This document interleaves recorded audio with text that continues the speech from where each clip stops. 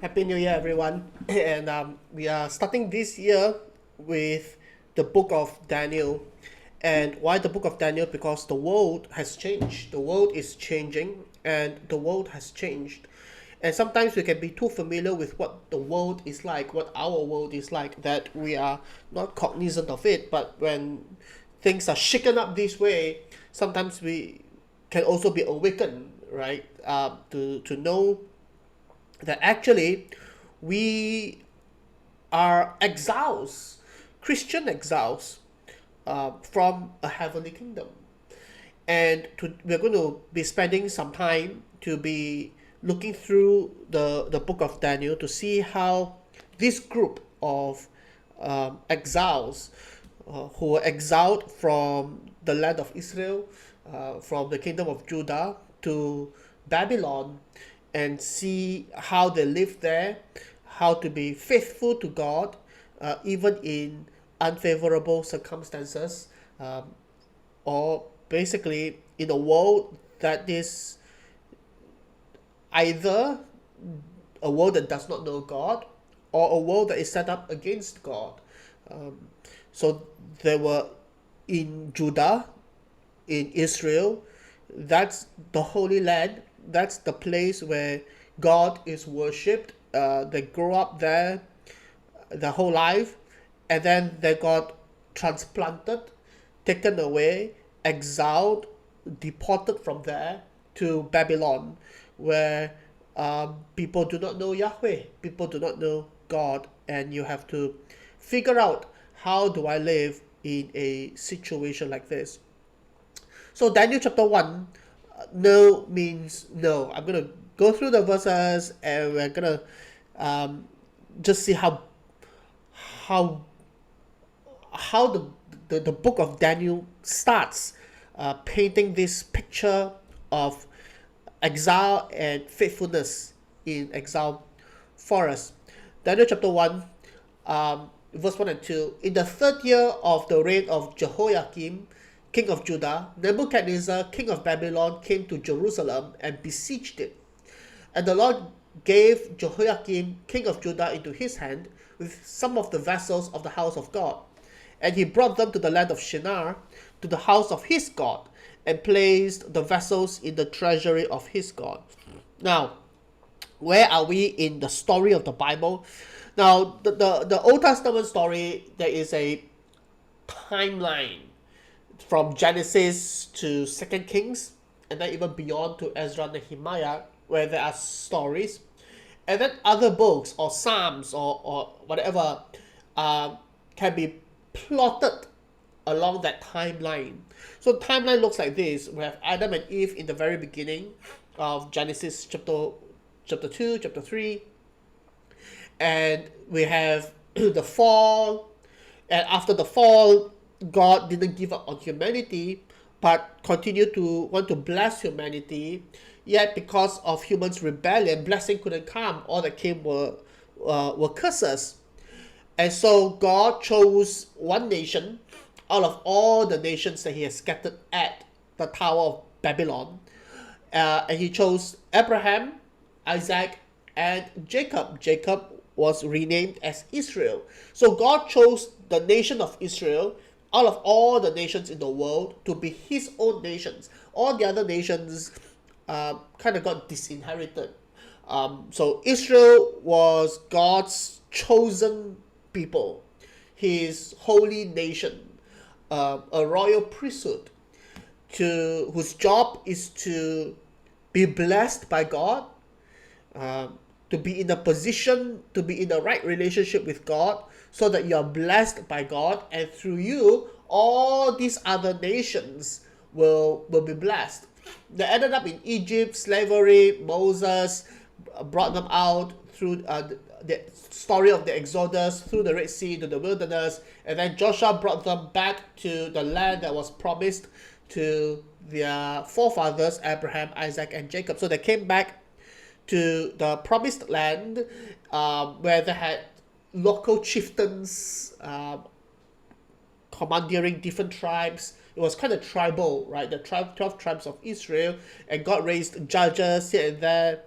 Eventually, The nation were united to be a kingdom under King Saul, who then was dethroned, or rather he died, and the kingdom um, became David's, King David. So King David and the United Kingdom of Israel around 1000 BC. So that is some kind of a fulfillment, isn't it? That now we have a king in Israel who is after God's own heart, and his job is, of course, to have this right relationship with God, to lead God's people to have right relationship with him, so that they will be blessed and they become a blessing to all the other nations. King David didn't manage to do that. His son, King Solomon, was where is the peak of Israel, the peak of Israel's national history. Everyone was happy, they were rich, they were being blessed, the temple was built, God's presence was with them. Foreign kings do trades with Israel, supply timber for the construction of the temple. The Queen of Sheba came and announced and proclaimed that, surely Yahweh is a great God, a wise God, because how can we have Solomon such a wise king if not because he has a wise God, right? So people are coming to recognize God. The other nations are being blessed. Israel was blessed, but King Solomon, he didn't continue in the ways of his father David. He became corrupt. He started to amass wealth, amass women, and fell into idolatry. So King Solomon passed his throne to his son Rehoboam, and Rehoboam wasn't a very wise king, and so almost immediately the kingdom split into two, into northern Israel and southern Judah. The northern Israel kings were generally bad kings in terms of faithfulness to God. They weren't faithful to God, and eventually God sent the Assyrians to destroy them in 722 BC. The southern kingdom of Judah lasted for 100 years more or something like that before Babylon destroys it, not 584 but 587. Okay, so Babylon destroys Judah 587 BC. And that's basically the history of Israel. There is a bit more. They came back from the exile. And why were they destroyed? Of course, you can say, well, politically, they weren't in a very tenable position, were they? This was the land. This is their world. This is their world, and this is the land of Israel. This narrow strip. And here is some big civilization called Babylon. Here's another big civilization called Egypt. And this is all desert land, the Arabian desert, right? All the way down here, the desert. And so basically, in order to travel from Babylon to Egypt, Egypt to Babylon, you have to go through this way, through Jerusalem, right, before you make it to Egypt, and the other way around. So Israel basically made a living from tax. Okay, so basically their customs. So anything that goods that travels from Babylon to Egypt, or from Egypt to Babylon, whoever controls these narrow strips get to set up tolls. And so Israel controls it. Other nations say, why are we paying? Egypt sometimes says, you know what, we have a larger army. Babylon say, oh, we also have a larger army. So both tries to control this place. And in order to stay independent, the kings of Israel, kings of Judah, needs to play off both sides, right? depending on who is stronger lah. One side US, one side China, like that. So you have to see how to survive, right? So maybe for 30 years you swing this way, for another 30 years you go the other way, depending on who is stronger. That's basically the political geopolitics of Israel in a nutshell. Babylon, Egypt, Babylon, something like that. But at any time you have to be under somebody. At any time you have to be under either Egypt or Babylon. So King Nebuchadnezzar, he was building an empire, a rather large one, and he says, you know, I want to control it. And and so Israel says, or Judah says, no, we are with the Egyptians, and so they were under siege, and this is why we are, um, and this is why we are here on this chart. When is Daniel chapter 1? Daniel chapter 1 is before Babylon destroys Judah.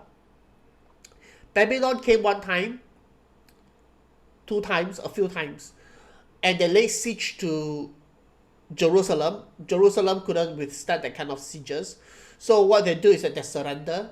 And when they surrender, Babylon has to think, do I raise this city to the ground? Do I destroy Judah altogether? Well, actually, this is just a toll road, right? The road to Egypt. If I destroy this place, then I have to send my own people to live here. Then I have to send my own army to guard here. It's a bit mafan. This place, there's nothing. It's just a toll road, okay? Toll road to Egypt. But of course, we don't want the Egyptians to have them. So what we do is that we make Judah sign a treaty with us. And this treaty is basically to say that now you are under us. You do not rebel against us. Now, how does Babylon ensure that the nobles, the kings of Judah will never rebel against Babylon? He took their children, the children of the nobles, the children of the kings as hostages, so that if you rebel, I will kill off your next generation, all the children of the nobles, all the children of the kings. So that is how they ensure that the elites of the political rulers of Judah will not rebel against Babylon. Eventually, that also they couldn't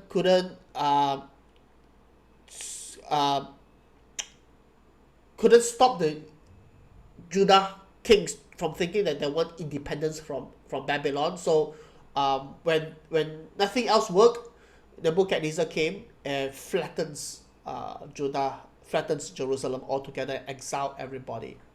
Daniel, he was one of the sons of the nobles that was captured and taken into exile as a political hostage of Babylon.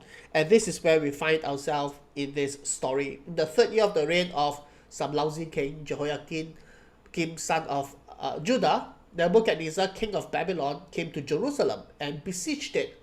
And he was successful. And the Lord gave Jehoiakim, king of Judah, into his hand.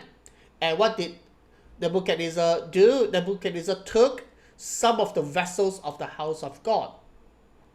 Now, because those vessels are made of gold, made of silver, those are valuables. But it is not just a humiliation in terms of national humiliation, you lost your national treasures, but it is also a religious statement, right? Your God is powerless. Your God is useless.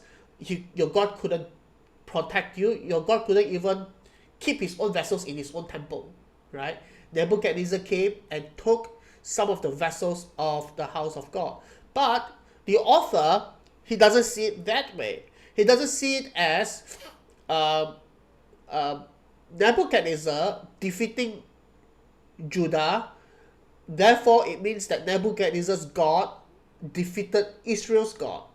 Rather, he says that the Lord gave Jehoiakim, king of Judah, into his hand. It is the Lord who initiated this because of Judah's rebellion, because of Judah's idolatry and sinfulness. So the Lord gave Jehoiakim, king of Judah, into his hand, and the Lord gave some of the vessels of the house of gold to Nebuchadnezzar. And Nebuchadnezzar brought them to the land of Shinar, to the house of his god. That would be Marduk. So the Babylonians worship Marduk, worship Nebo, and place the vessels in the treasury of his god. So basically, I defeated you. King Nebuchadnezzar defeated King Jehoiakim. Marduk defeated Yahweh. So all your people now belong to me, and the vessels of your God belongs to my God. That kind of an idea. So from Nebuchadnezzar's point of view is that we have won. Our king is greater than your. Our king is more powerful. Our God is more powerful than your God. I'm a better king than you. But from the biblical writer's perspective, actually, it is the Lord who's in control. The Lord is the one. So sometimes, Lord, why does all these things happening? Why aren't you in control? Actually, the Lord is control. The Lord is in control doesn't mean that everything is a walk in the park. Doesn't mean that it's all rainbows and butterflies. God doesn't promise skies always blue. The Lord being in control can also mean this. This is also what it means for God to be in control. So exile was part of what it means for God to be in control because of your sinfulness, because of your waywardness, because you have been disobedient to the covenant of God. Then the king commanded Ashpenaz, his chief eunuch, to bring some of the people of Israel, both of the royal family and of the nobility, youths without blemish, of good appearance and skillful in all wisdom, endowed with knowledge, understanding, learning, and competent to stand in the king's palace, and to teach them the literature and language of the Chaldeans. So like I said, they took some political prisoners, hostages from the royal family, from the nobility of the people of Israel. Because if they ever rebel, it will be the royal family and the nobility, and I have your sons. I have your sons. So if you rebel, I'm going to kill all your sons, right? That kind of a thing. If you are good behavior, then maybe we can do a substitute program, right? We can do a substitute program. You can redeem one of your sons by giving me another son or something like that. But if you rebel, I'm going to kill the lot of them. But that is also one part of his strategy. The second part of his strategy is that he wants to enculturate them. He wants them to assimilate into Babylonian culture. He wants to find this youth, skillful wisdom, endowed with knowledge, understanding, learning, competent to stand in the king's palace, that they would learn the literature and language of the Chaldeans. So that you are not only Hebrew speaking, now you learn another language, the language of the Chaldeans, and also the literature. Don't just read your Bible, right? Read some of these Enuma Elish. Read some of these Babylonian myths. We've already talked about Enuma Elish. Read the Hammurabi laws. Literature. The king assigned them a daily portion of the food that the king ate and of the wine that he drank. Maybe in his mind he knows that, okay, these Israelite children, they have a certain diet, right? And the dietary requirement is connected to their God, Yahweh.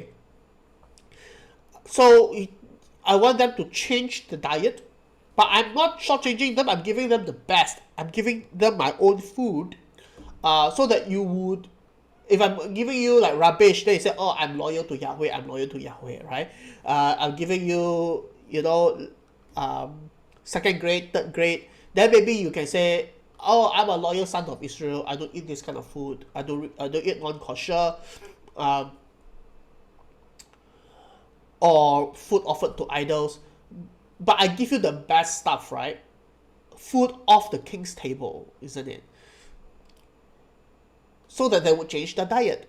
Now they were to be educated for 3 years, and at the end of that time, they were to stand before the king to be officials in the king's court. Why do that? Why enculturate them? The reason is so that you may not want to keep them there forever. Eventually, you will have to send them back and get new prisoners. The reason is that if you keep them there forever, then the parents back home in Israel who are nobles and kings, they say, we might as well rebel, right, and rescue our sons, because there's nowhere. Who's going to inherit my oldest son, my eldest son, right, needs to inherit my land, inherit my titles, inherit the throne, inherit the the various ministries, right, be a minister of the state and things like that. My eldest son, my brightest son, I want him to be my successor. So of course they would eventually negotiate for their son's return, maybe in exchange for younger son or something like that, right? To serve as hostage. So Nebuchadnezzar knew this and said that, okay, one day you will go back, right? But how do I make sure that you will be friendly to Babylon and not friendly to Egypt? So that when you kids grow up and go back to Judah, you will be Babylon friendly and not Egypt friendly. Here's how. I teach you the Babylonian language. I teach you the Babylonian literature so that you get entirely Babylonian education. And then I give you positions in the Babylonian government so that when you go back to Israel, you will run the government the same way that we Babylonians run government, right? Not the way that the Egyptians do it. And so over time, your people will be assimilated into the pan-Babylonian empire. That was the idea. So among these were Daniel, Hananiah, Mishael, Azariah of the tribe of Judah, and the chief of the eunuchs gave them names. Daniel he called Belteshazzar, Hananiah he called Shadrach, Mishael he called Meshach, and Azariah he called Abednego. Now, these names have meanings. Daniel is a good Jewish boy name, right? In Hebrew, Daniel means God is my judge. Elohim, is my judge. Hananiah, here is Yahweh, means and the word Chan or Chana, which means grace. So Yah is gracious. Hananiah, Yah is gracious. Mishael, who is what God is, or who belongs to God. I think there's two ways to understand this name. Azariah, Ezer, like Ebenezer, the stone that helps. Ezer helps. So Azariah, Yahweh has helped. So these are great Israelite names that are loyal to Yahweh, Israelite names. So Nebuchadnezzar said, no, we have to give them new names so that they would not be loyal to Judah, loyal to their God, loyal to Yahweh. Let's change their name. Belteshazzar, may Bel protect him. Shadrach or Shadrachu, command of Aku, another god. Meshaku, who is what Aku is. That is like Mishael, but now it's Meshaku, who is what Aku is, as opposed to who is what Elohim is. And then Abednego, instead of Yahweh has helped me, now you need to help.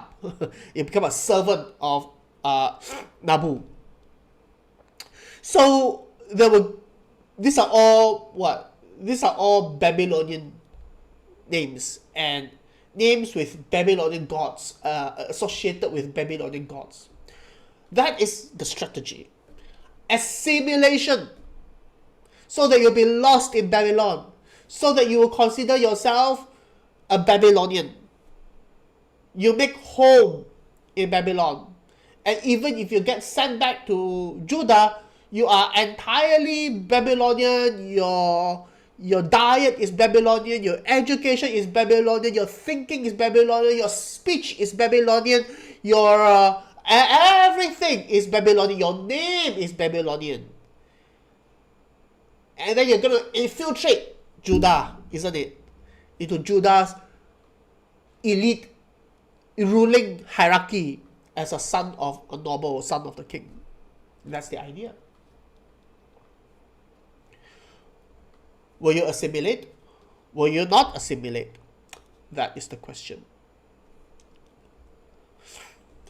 But Daniel resolved that he would not defile himself with the king's food or with the wine that he drank. Therefore, he asked the chief of the eunuchs to allow him not to defile himself. Wait a minute. There's a long list of things that the king wants you to do. The king wants you to, number one, learn Babylonian literature, Babylonian myths, Babylonian education. Daniel says, no problem. Okay, learn Babylonian language. No problem. Be educated for 3 years, and at the end of that time, stand before the king. You're going to get Babylonian government jobs. You're going to get government jobs with Babylon. No problem. I'm going to change your name from Daniel to Belteshazzar. Daniel said, that's okay. But then, when the demand is that you will now eat food offered to idols, non-kosher food that came off the king's table, Daniel said, I will not defile myself. The word defile here is religious. It's pollution, isn't it? So to him, he sees that the king's food is polluting and the wine is polluting.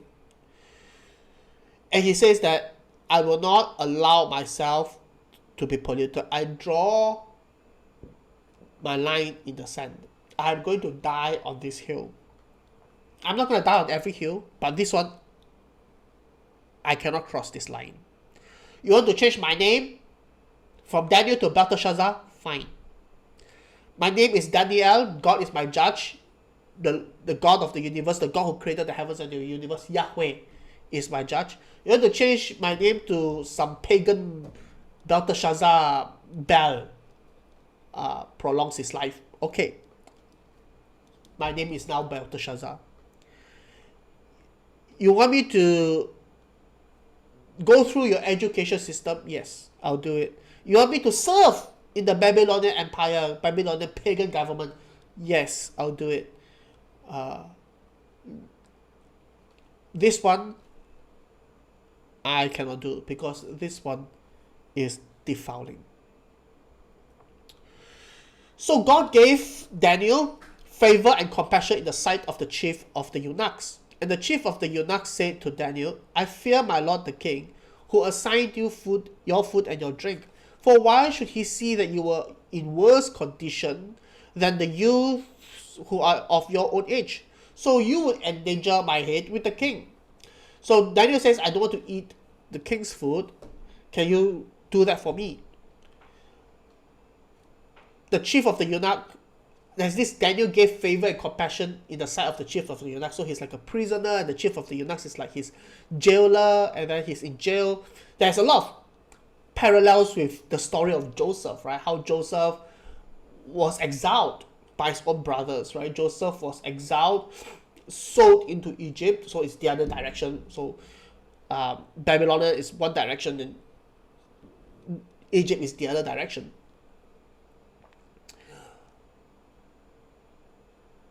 And Joseph was there in prison, and the Lord was with him, and the Lord gave Joseph favor and compassion in the sight of his jailers, in the sight of his master Potiphar. and so gave him favor and compassion in the sight of the chief of eunuchs. But the chief of eunuchs says, I cannot help you.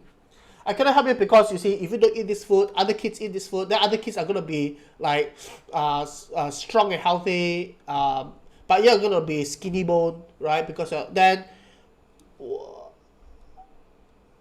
the king is going to ask, I thought that I apportioned to you food for Daniel. You took that food off my table. Where did it go? Right? It's supposed to be for Daniel and his friends. Where did the food go? Did you song up the food, tapao back to your family? Right? What happened to the food? So the chief of the eunuch said, I cannot take this kind of risk. Maybe the chief of the eunuchs himself was well-to-do. So Daniel said, okay. Daniel thought to himself, okay, the chief of the eunuch cannot help me.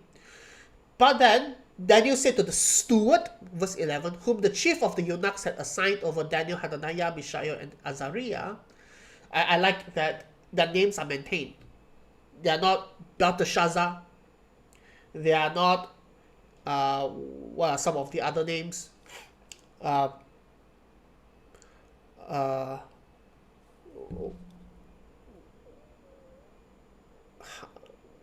Shadrach, Shadrach, Meshach, Abednego, right? So they're not Shadrach, Meshach, Abednego here. They're Daniel, Hananiah, Mishael, and Azariah here. Okay, you can give me this name, give me that name. My name is this one, right? This is my identity. So the eunuch, the chief of the eunuch, cannot. So you go one level bottom, right? One level below to the steward that was assigned over you. Steward also has his family.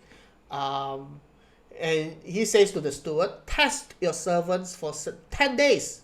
10 days. 10 days won't die one. Let us be given vegetables to eat and water to drink. Right? Then let the appearance and the appearance of the youths who eat the king's food be observed by you, and deal with your servants according to what you see. If after 10 days we look poorer, paler, skinnier than the other kids, okay, then you put a stop to it, right? But for now, for 10 days, give us vegetables and water to drink. So the steward thought to himself, he listened to them on this matter and tested them for 10 days, right? Because the steward is thinking, I can bring this home, I can tapao the king's food, feed my own children, right? Or sell it at the market, at market price, open a restaurant, or something like that, and then just give vegetables and water to these kids, to Daniel and his friends. So it's worth it. If you say long term, you say I cannot. After what the king found out, and then I cannot MACC, right? Cannot charge for corruption. But if for 10 days nothing happened, then nobody knows. Nobody needs to know, and nobody will know, right? That kind of a thing. So okay, he thought about it, and it worked. It worked. Now, does it mean that if we are faithful to God, right? Earlier here I said faithfulness, wisdom, and surrender. Faithfulness here means that eating the food is defiling. So I will not eat the food. I draw the line here, the line in the sand. But I'm not just going to stand up and say, hey king, I want to eat your food, and throw the food back at the king, right? There's no need to do that. So how do you go about doing it is wisdom. Approach the chief of the eunuchs, Jadi, approach the steward, and know that these people are corrupt, okay, and play to that. It's not that you are asking them to take the food and feed their children, right? It's just like, give me vegetables and water to drink. So wisdom, 10 days. 10 days. How about 10 days? And then surrender to God.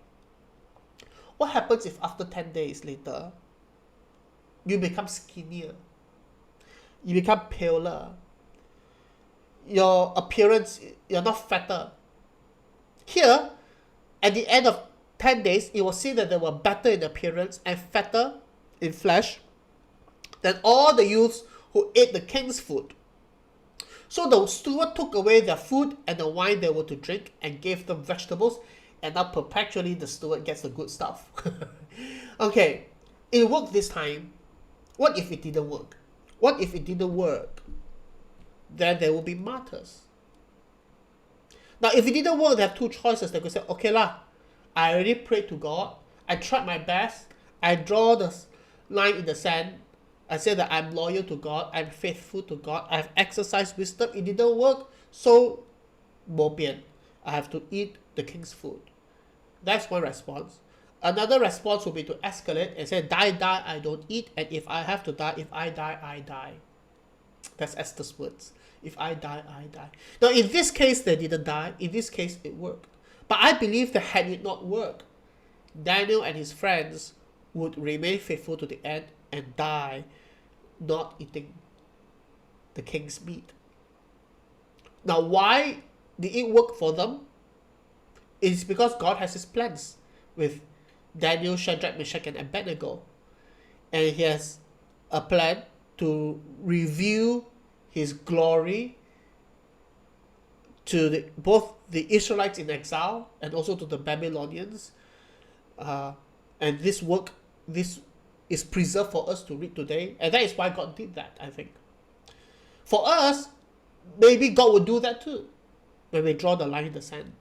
With our companies, with our bosses, with, let's just say, there's a new law in the law of the land that prohibits us from being faithful Christians, then we have to draw the line in the sand, or your company, your bosses, preventing you from being a faithful Christian, then you draw a line in the sand. Maybe it works, God delivers, and then you have a testimony to give in church, thanksgiving and praise. What if it doesn't work? Would you pay the price? I believe that Daniel and his friends would. They were prepared. So they were faithful, they exercised all wisdom, they surrendered to God, and it is up to God to decide. If God decides, yes, I'll deliver you, praise the Lord. If God decides, no, I will not deliver you, you have to die for your faith, you say, praise the Lord as well. So now they passed this one. They have to continue to live in exile. As for these four youths, God gave them learning and skill in all literature and wisdom. God made them smarter to learn Babylonian literature, Babylonian language, Babylonian customs, Babylonian myths, Babylonian religions, Babylonian this, Babylonian economic model, Babylonian political structure. God gave them learning and skill in all these worldly things for them to learn. And then you had understanding in all visions and dreams. At the end of the time, that means 3 years, right? When the king had commanded that they should be brought in, the chief of the eunuchs brought them in before Nebuchadnezzar. And the king spoke with them. And among all of them, none were found like Daniel, Hananiah, Mishael, and Azariah, these Jewish boys. Therefore, they stood before the king. They were given government jobs.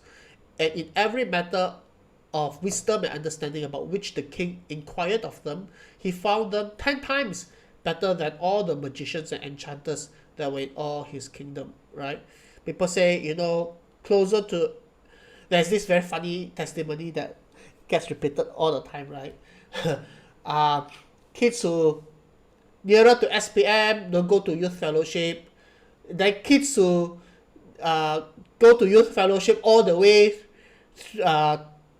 to SPM and through SPM, who scores straight A's like that. Better to be faithful. Don't need to take break from youth fellowship. Chris will know this joke very, very well. But maybe that's true. I don't know. But in this case, it's true. In this case, with Daniel, Hananiah, Mishael, Azariah, he found them 10 times better than all the magicians and enchanters that were in all his kingdom. Daniel was there until the first year of King Cyrus. So it's going to be... That means you're there for the long haul. Daniel was there until the first year. It's going to be a long haul. This exile is going to last a lifetime. It's not like you're faithful one time, God delivers you, and then you retire. That's the end. No, for Daniel, or return back to Jerusalem, or go to heaven. No, it's a lifetime. For Daniel, this was the first test. After this, his friends were thrown into the burning fire furnace. Daniel himself was thrown to the lion's den. Then all your whole life, because you're not in Jerusalem. You're not in the promised land. You're not in God's land. You're not in God's kingdom, as it were.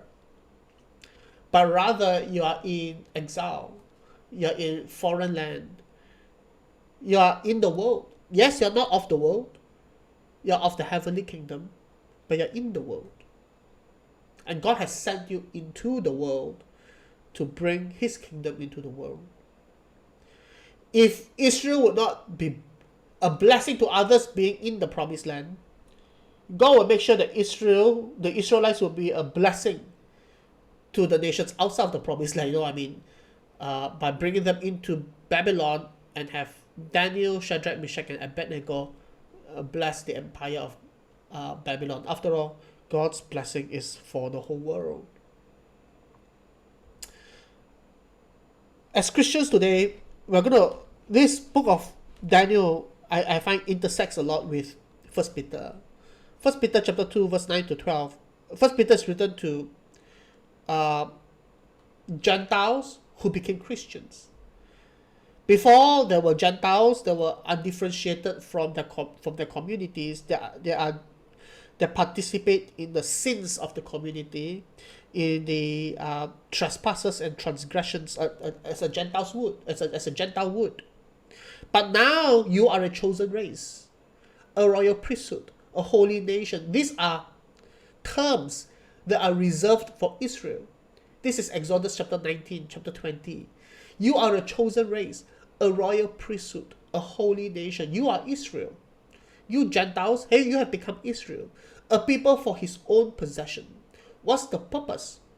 The purpose of Israel is to be blessed by God so that you'll be a blessing to others, that you may proclaim the excellencies of him who called you out of darkness into his marvelous light. Once you were not a people, but now you are God's people. Once you had not received mercy, but now you have received mercy. Brothers and sisters, we were once not his people, but now we have become his people. We have now become a chosen race, a royal priesthood. We are citizens of the kingdom of God, citizens of the kingdom of heaven. So, beloved brothers and sisters, I urge you as sojourners and exiles to abstain from the passions of the flesh, which wage war against your soul. Keep your conduct among the Gentiles, among the Babylonians, honorable, so that when they speak against you as evildoers, they say that you are not doing right. Actually, they may see your good deeds and glorify God on the day of visitation. So no means no. Our culture today is pushing up against Christian values. It's not the friendliest place. The world is not the friendliest place to be Christian. It never has been. It never was a friendly place to be a Christian. So some discussion questions as we break into groups, and also for your own personal reflection. Number one, how integral elect exile of the heavenly kingdom is to your identity. What is your identity? Your identity, maybe my identity, I'm a Malaysian, ethnic Chinese, Cantonese clan. What else am I? You may think that of yourself as an engineer, a programmer, a banker, a husband, a wife, a child, parent. These are your identities. A teacher. Okay, so these are your identities. They can be integral to who you are. Here's also your identity. You're an elect exile. You're a citizen of the kingdom of heaven. that God has placed you, that Christ has sent you into the world to live in the world today. This identity that you are an exile of the heavenly kingdom, how integral is it? Number two, what are some examples of assimilations that do not matter? What are some examples of assimilation that do not matter? For Daniel and his friends, a name change don't matter. And this is interesting, name change, right? So I was studying in Australia, and I was meeting up with a group of we hang out, and there are like Malaysians, Singaporeans, Chinese from both Taiwan, the mainland, Koreans, Japanese, and the Koreans were saying is that I don't like you Chinese who take on Western names like Stephen Fung, right? Koreans, we will never do that, right? There will not be Stephen Park. No. So why aren't you proud of your ethnic identity, right? To them, that is an assimilations that do matter. For us, it's an assimilation that do not matter. It just does not matter. But for others, it matters. But we're talking about some examples of assimilation into the world that do not matter. For Daniel, it was the name change, it was the education, the literature, taking government jobs in Babylon. To them, that's okay. That doesn't affect faithfulness to God. So what are some things that the world wants us to assimilate into that actually it's okay? Now, what are some examples of assimilations that do matter, that we have to draw the line in the sand and say that we cannot cross this line? Cross this line, we cannot go with you. Well, what wisdom can Christians apply in order to not assimilate in matters that matter? Okay, we don't have to immediately throw the food back at the king, right? And say, hey, oh king of Babylon, here's your food, take back your food, right? You don't have to do that and get executed and martyred immediately. For Daniel, he could apply wisdom, go to the head of the eunuch. Didn't work, go to the steward, right, until it works. But at some point, maybe it will never work. You know what I mean? So when it doesn't work, when wisdom doesn't work, how prepared are you to suffer for standing firm on the non-negotiables all the way? Is there a price too high to pay? Or is there a price that is too lucrative that you would end up saying, yes, I will assimilate. I would give up my Christian principles. I will give up loyalty to God. I will misinterpret the Bible and say that the Bible is okay with this, the Bible is okay with that, when the Bible is not okay with this, all that. So yeah, something for your reflection. And in the next, in the weeks to come, we will continue to plow through the book of Daniel to see how these exiles of the kingdom of Judah live faithfully in the Babylonian Empire, to reflect on how we as exiles of the kingdom of heaven can live faithfully in the kingdoms of the world. I'll stop here. Maybe we can have some questions, reflections, sharings.